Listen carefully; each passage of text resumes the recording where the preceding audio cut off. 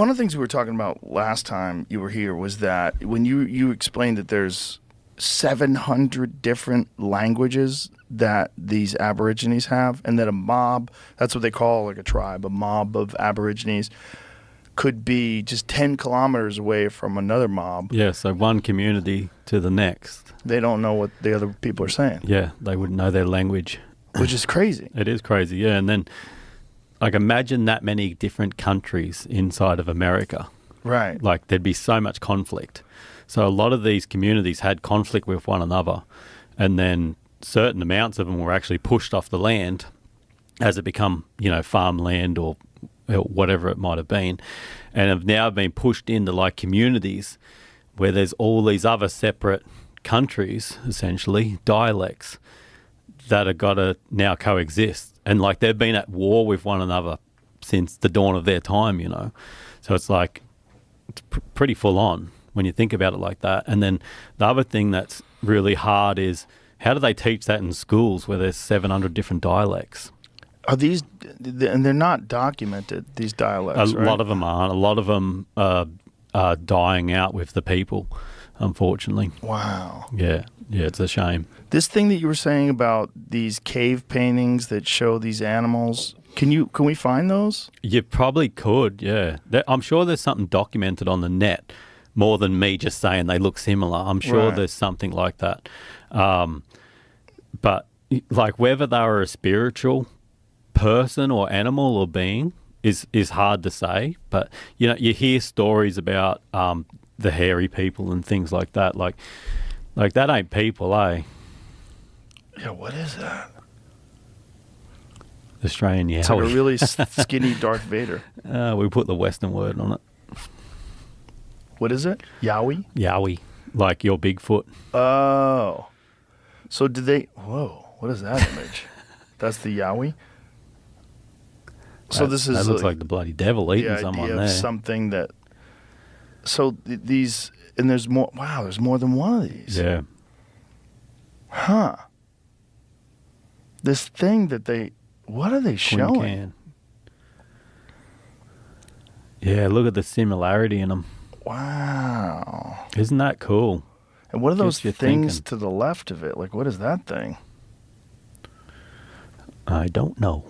Like, what are all those things? It looks like a giant ball floating with a string attached to it. Like, but there's so many. Scroll back down again, Jamie. There's so many similar images of these long-armed creatures with 4 fingers. Whoa. Isn't that amazing, eh? Do they know how old these paintings are? I'm sure they do know some of them. But there's artifacts going back 70,000 years now. Whoa. Yeah, 6 toes, whatever that is. Yeah. What is that thing? So, and there was like big like events in the last 10,000 years, as in like meteor strikes and things like that. So it's quite interesting, isn't it? Yeah, there was a big one that's detailed off the coast of Australia around 5,000 years ago. Like, look at these things. How weird. Look at their heads. Aliens, Joe. Yeah, right? Yeah. So, like, yeah. I think there's even some paintings of like spaceships. Really? Or what you would consider as spaceships. Wow. Now, did the Aborigines, do they have a history of the use of psychedelics? Are there psychedelic drugs? Take it there. Yeah. Well, I guess because there was a lot of bush medicine that they used. So, whatever the side effects could have been of that. Look at those fucking things. Like look how many there is. Bush medicine. Like, what does that mean? Like just natural herbs, natural things that, it might be the sap of a tree, it might be leaves boiled up, it might be some sort of nut. Australian rock art might be the oldest in the world. Wow. Does it actually say how old? Look how 60,000 years. Fucking yeah, I know. 60,000 years ago, and they look like aliens. Yep.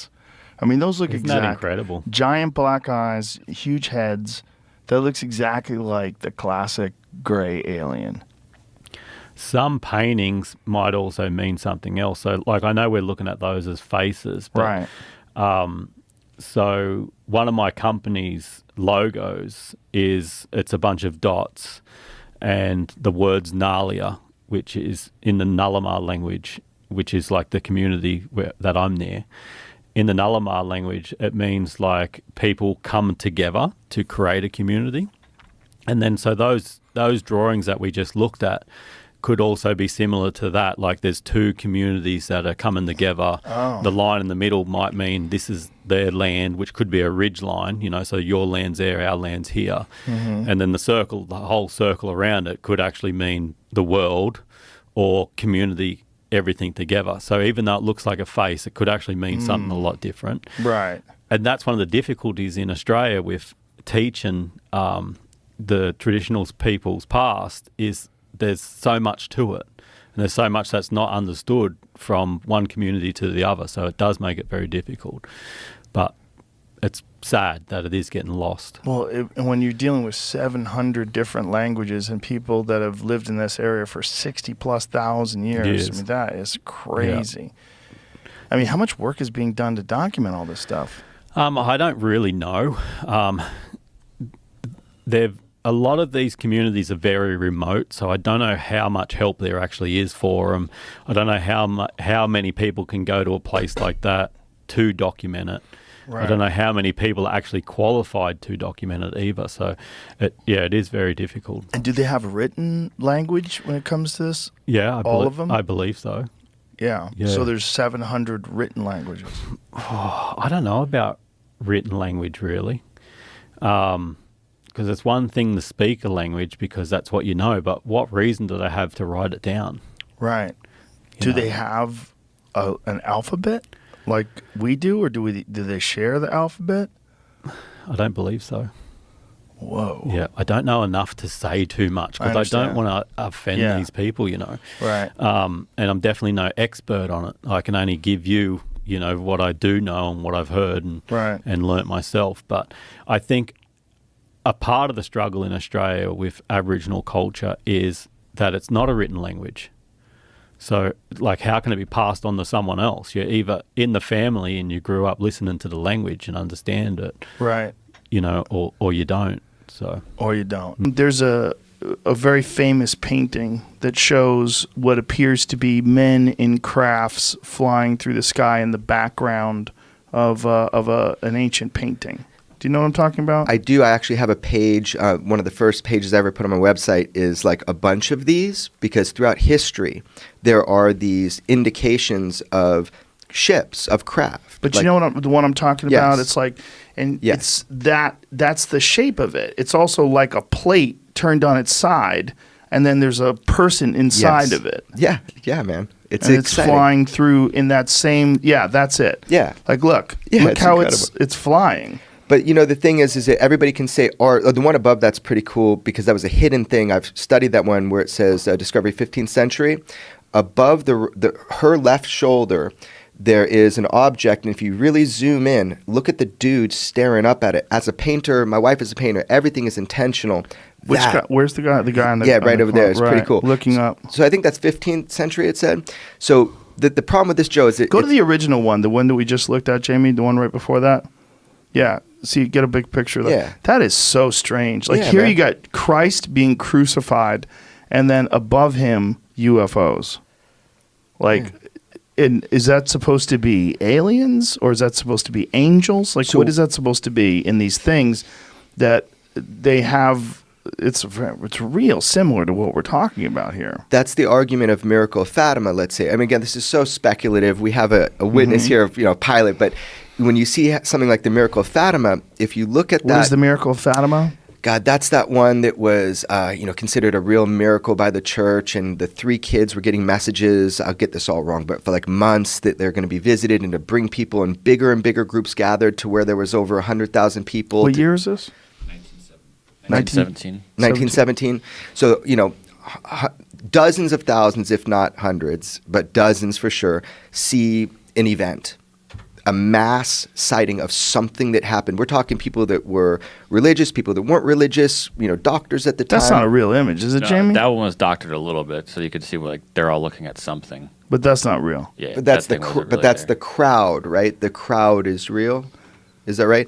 Yeah, yeah. So Picture the crowd here's the is thing. real. People come out, something happened that was so intense. Some people thought it was religious, that it was a visitation, but other people saw it as technological, like something descended. Look into it. I'm just saying, art, pictures, like paintings we're talking about, man, you can interpret them all day. I can't hold on to that. I can hold on to an eyewitness with other eyewitnesses, with radar systems, and with video. We're in a different era now. We don't have to paint it, man. We get to see it. It's fascinating, man. It is fascinating, but it's way more fascinating when someone like you talks about it versus some fucking random kook. That's what makes me incredibly interested, is just your credibility and the fact that this is not, you don't have a history of seeing wacky shit that other people don't see. No, just this once. But it's on video, and that there's other ones as well. It's really strange. And I've seen people try to explain it away.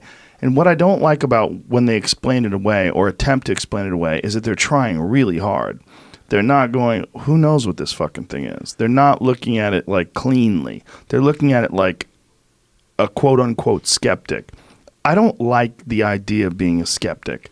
Not that I don't think you should be skeptical of certain things. I certainly think you should be. But there's a lot of people that brand themselves as skeptics. And I think it's a lazy way to look at things. I really do.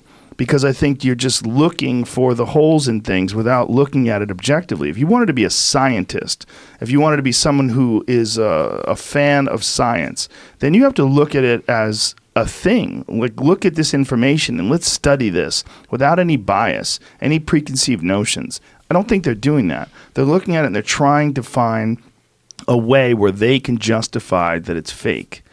And they're just doing all sorts of mental gymnastics to try to make it fake. That video that you show where that thing slips off to the left and takes off at incredible rates of speed, that alone should freak people the fuck out. Yeah, well, I think because people confuse all the time, like we took the video. No, it was another crew that took the video. We watched it for 5 minutes with our eyeballs, and there was 4 of us. And we all have the same story. We all saw the same stuff. We all came back and looked at each other and scratched our head and said, WTF, serious? What was that? Real concern is that just like we are an evolution of those lower primates, it's going to be an evolution of us. Yeah, I think that's going to happen. I don't think, there may not be any avoiding it. It might not be. Again, we're the virus. Yeah.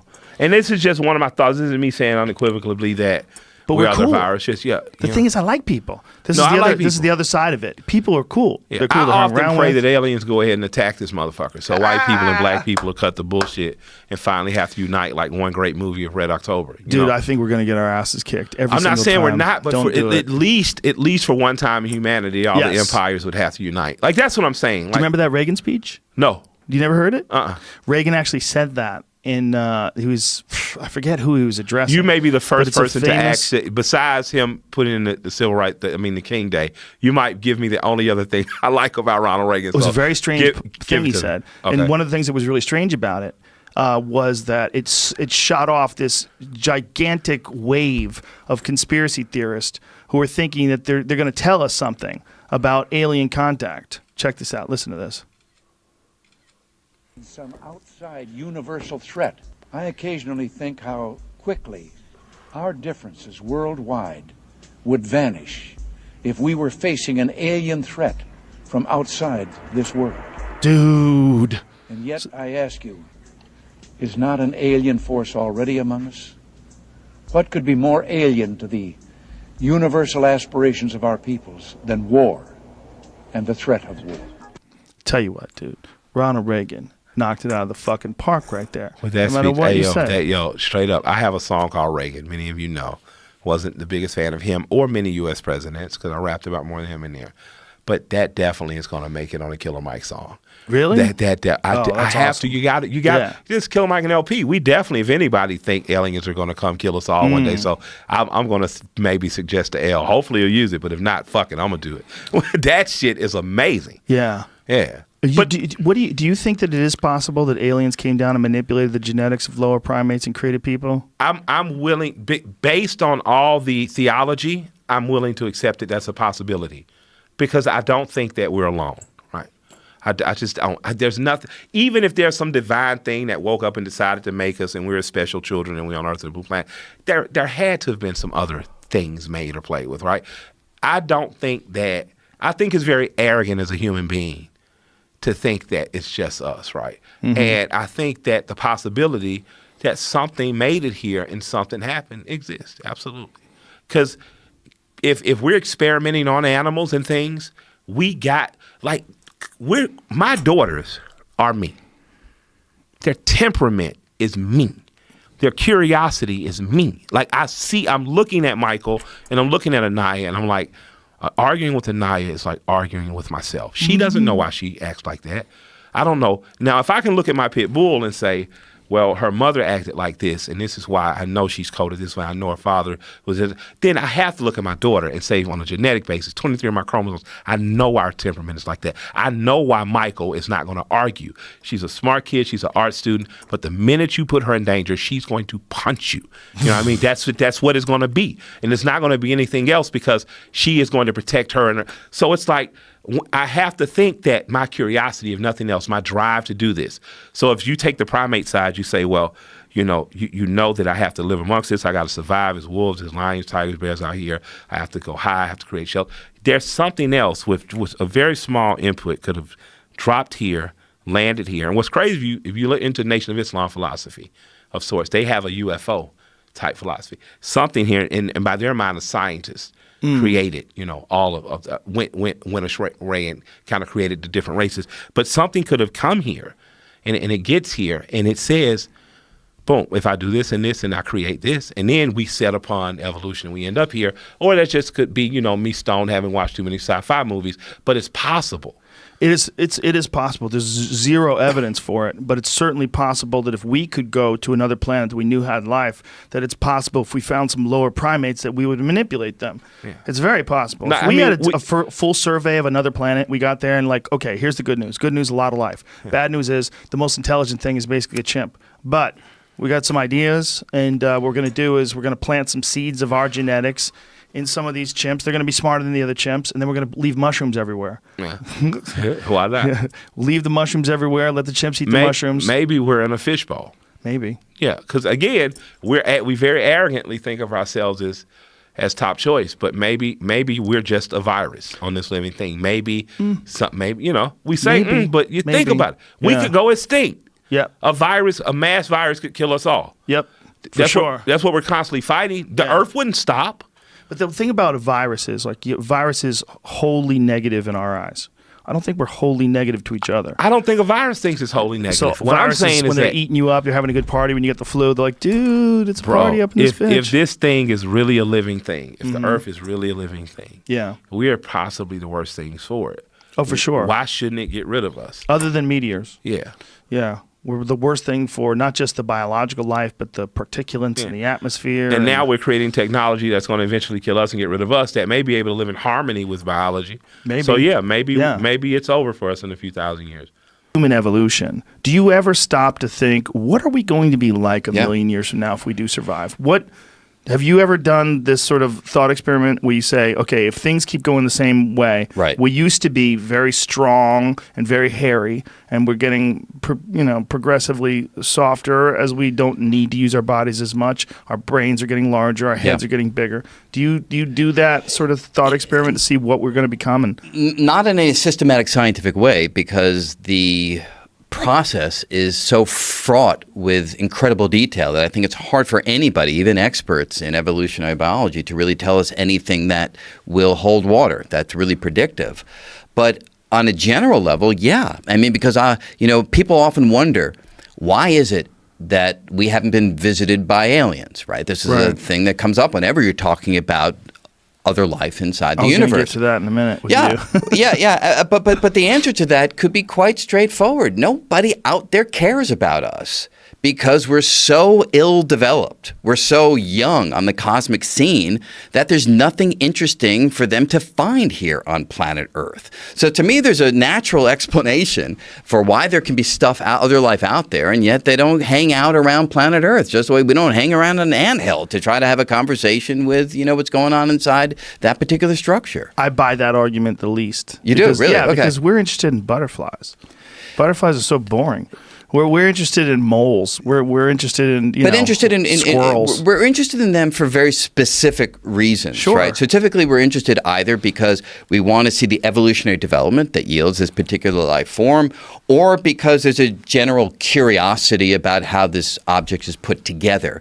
If these other beings are so far beyond us that those kinds of taxonomy questions are no longer of any interest, then hanging around here may not hold anything for them to make the journey and stick around long enough for us to notice. I don't buy that, again, for two reasons. Okay. One, because why would we assume that they're so far beyond us that they wouldn't be interested in these talking monkeys with thermonuclear weapons who dominate an entire planet? Yeah. That would be fascinating. If Right, we but found some planet Right. somewhere where people are, the politicians all lie to themselves, everyone gets video through the sky, they fly in metal tubes that hurl over the oceans. Right. They pollute the oceans and eat all the fish. Like, these people are fucking crazy. Yeah. We've got to go there and check this out. But imagine that this civilization, the notion of lording over a planet is like us talking about, the ant lording over a grain of sand. So they may be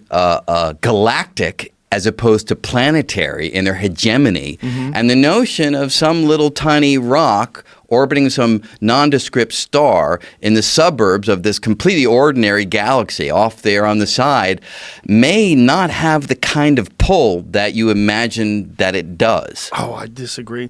We think it's interesting when we see a chimp use a rock to open up a nut. We think it's interesting that, there's an amazing photograph of an orangutan that's spearfishing. Have you ever seen it? I have seen that actually. It's really Yeah. cool. Right. No, it is. He learned it from people apparently, but it's still interesting nonetheless. Right, but I don't think 100 years from now we're going to be as interested in Really? these kind of qualities, or 1,000 years from now, or 10,000 years from now. Well, why would we assume that these things that come here from another planet are more than 10,000 years? Well, advanced? that's a very good question, and I think the answer to that is we look at the history of the cosmos until today.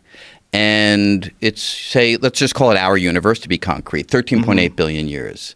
And we look at life on planet Earth, and it's, a handful of billions of years old. So in a handful of billions of years, you can go from some complex molecules to human beings. I like how you say it like it's not that long. It's not that long because, I know. Imagine that life began a few billion years earlier in some other system, stars and galaxies, they were starting up, a billion years after the Big Bang. So it could be that life in other worlds has a head start on us by a few billion years.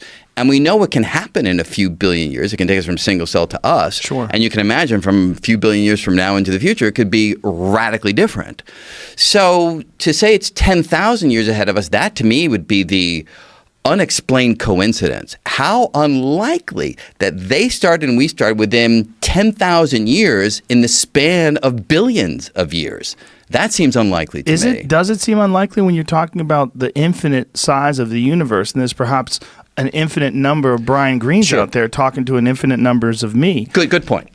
So you're absolutely right. We're almost guaranteed, if the spatial expanse of the universe is infinitely large, that there are going to be places where it's within 10,000 years of us. But those are going to be a very small number compared to the places where it's not 10,000 years. Is that true, or would it be an infinite number of them? Well, it'd not be a infinite, small number at all. but they're different kinds of infinities. So you mean in the space of the exact scope of the universe itself, a small number, relatively speaking, to where we are physically? So I would say it slightly differently. I'd say look at a finite-sized ball in this large spatial Okay. expanse. So everything's finite now. So let's get a 5 billion light year ball. Right. Okay. And within that ball, the number that are differing from us by 10,000 years will be very, very small compared to the number differing from us by, say, 1 billion years or a couple of billion years. So then- simply by the law of numbers, if we imagine that they're random processes that are generated. Now, there could be some physical principle that prevents life from emerging before, say, 4 billion years ago. And if that's the case, and we're not aware of that principle,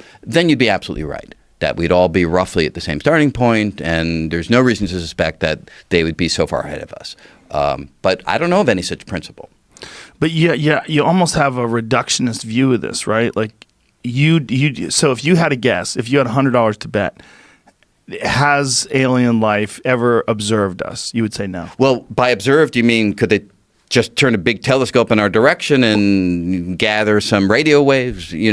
But yes, I would take that bet because, frankly, we've only been generating radio waves for the last 70 years, so it's only a 70 light year ball around us, and within that small radius, very unlikely that there's been some alien world that's examining us. So it would have to be something that would be able to recognize our signal and visit us.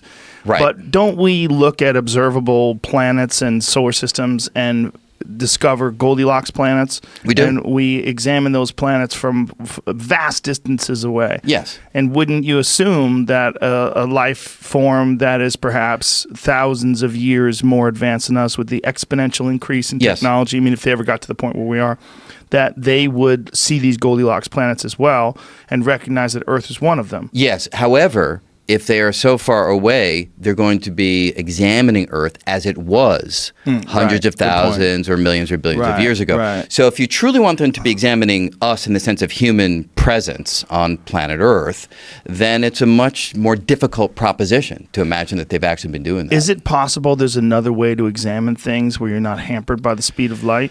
Not that I know of. I mean, any signal in the Right. world that we're aware of is restricted by a special speed of theory travel. by the speed of travel, which is Yeah. now look. There's quantum entanglement, Mm-hmm. which is a strange property of the quantum world in which distant objects can behave as if they are one. Yes. And in some sense respond instantaneously to an influence in one location at a distant location, no matter how far apart they are. But that isn't really observing.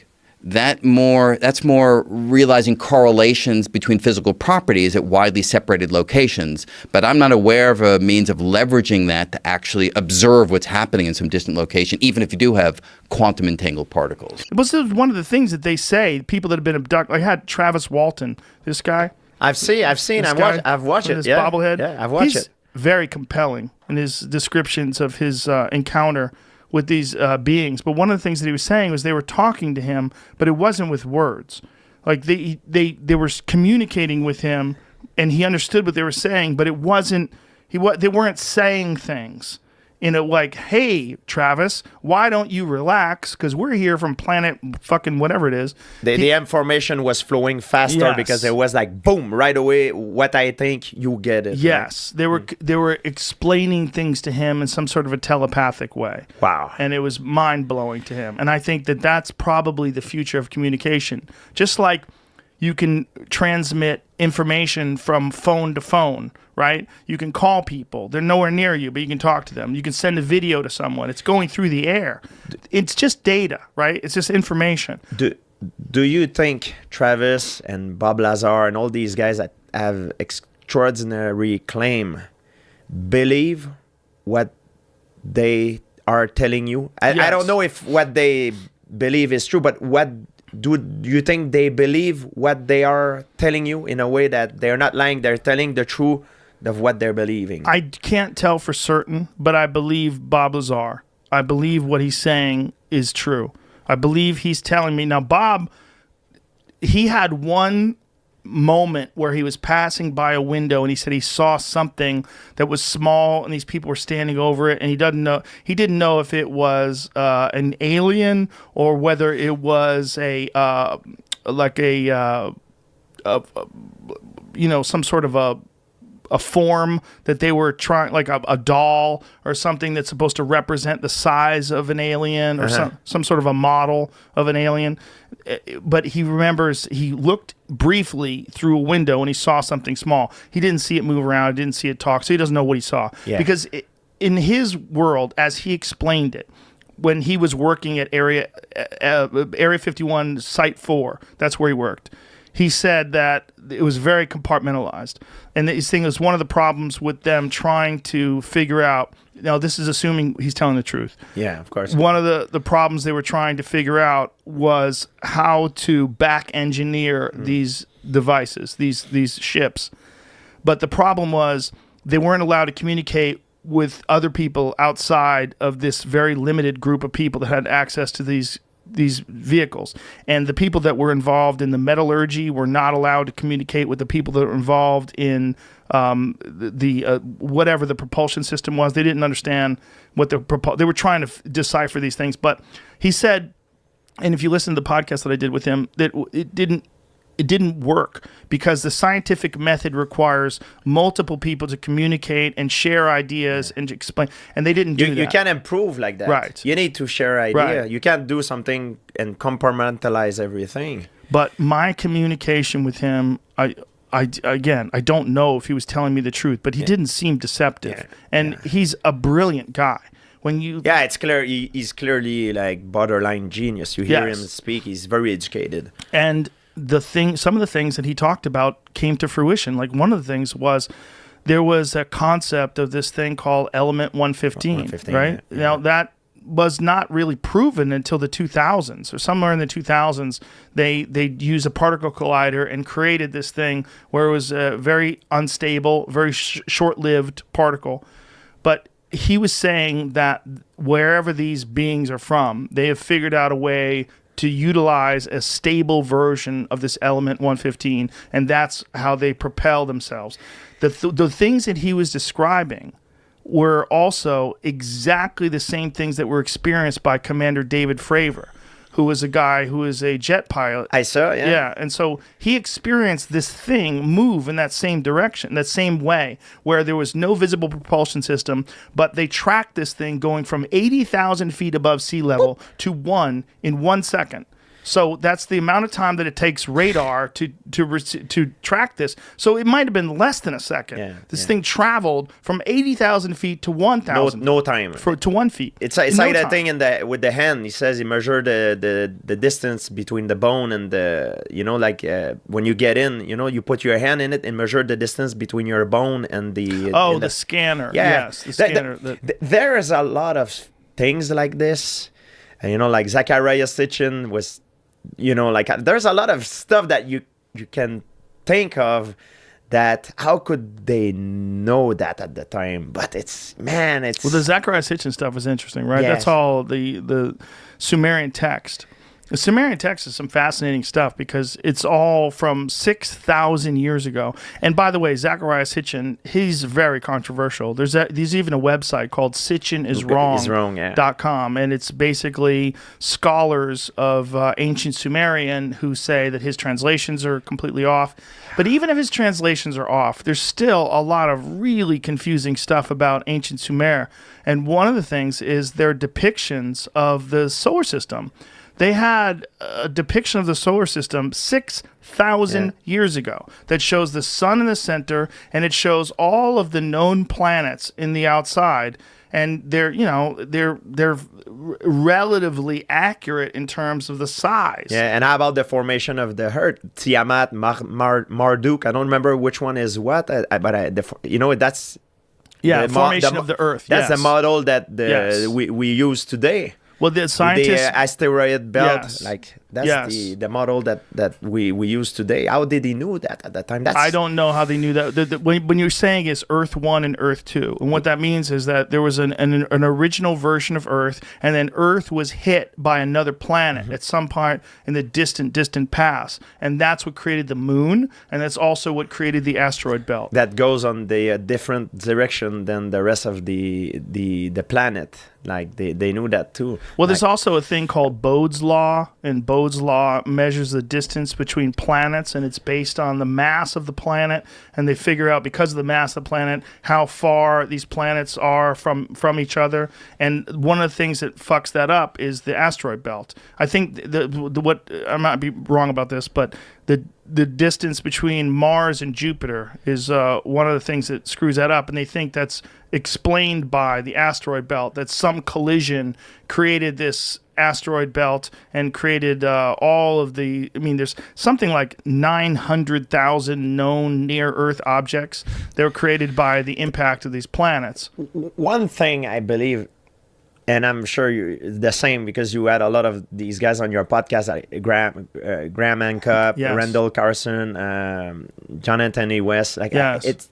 there's clearly knowledge that we've lost Yes. in the past. Like, this is for sure. Like, just think about the Library of Alexandria. Yes. Man, imagine the knowledge that it was in there before it burned. I you know. Imagine. Oh man, Imagine. People thinks we lost like 1 millennia, like just when it burns. That Well, of knowledge, medicine, botany, Yes. science. It's just crazy to think of. So very often, sometimes when crazy stuff happen like that, like I just think that perhaps they had knowledge that there's knowledge that we lost. Like, just think about the Greek fire. It's a weapon that was used in the naval battle, and it's really known about historian. You can research.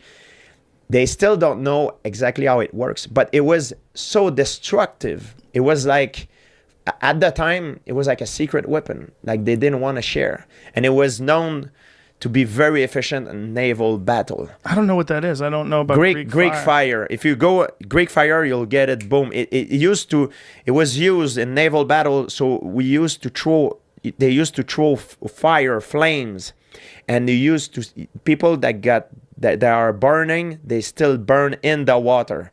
So they think it was made with some kinds of petrol or they still don't know. They cannot recreate it. And it's clearly something that a lot of historians have talked about. It's called Greek fire. It's just an example that it's clear that it's a technology that we have lost. Well, if you just look at the pyramids, the pyramids are a perfect example of technology lost. It's almost like the best example. Like those ancient civilizations almost letting everyone know, hey, there is information that we have that's so above and beyond what's expected of people from this era. Yeah. Because if you think about people that lived 2,500 BC, you don't think about someone that had the kind of proficiency to create something that, when people don't understand, it's not just that the pyramids were big, but they were so perfectly designed that when they put all the stones, they reached the top. Like, if anyone was off by even a half an inch at the bottom, as time went on, an inch here, an inch there, by the time they got to the top, it would be all fucked up. It wouldn't be perfect.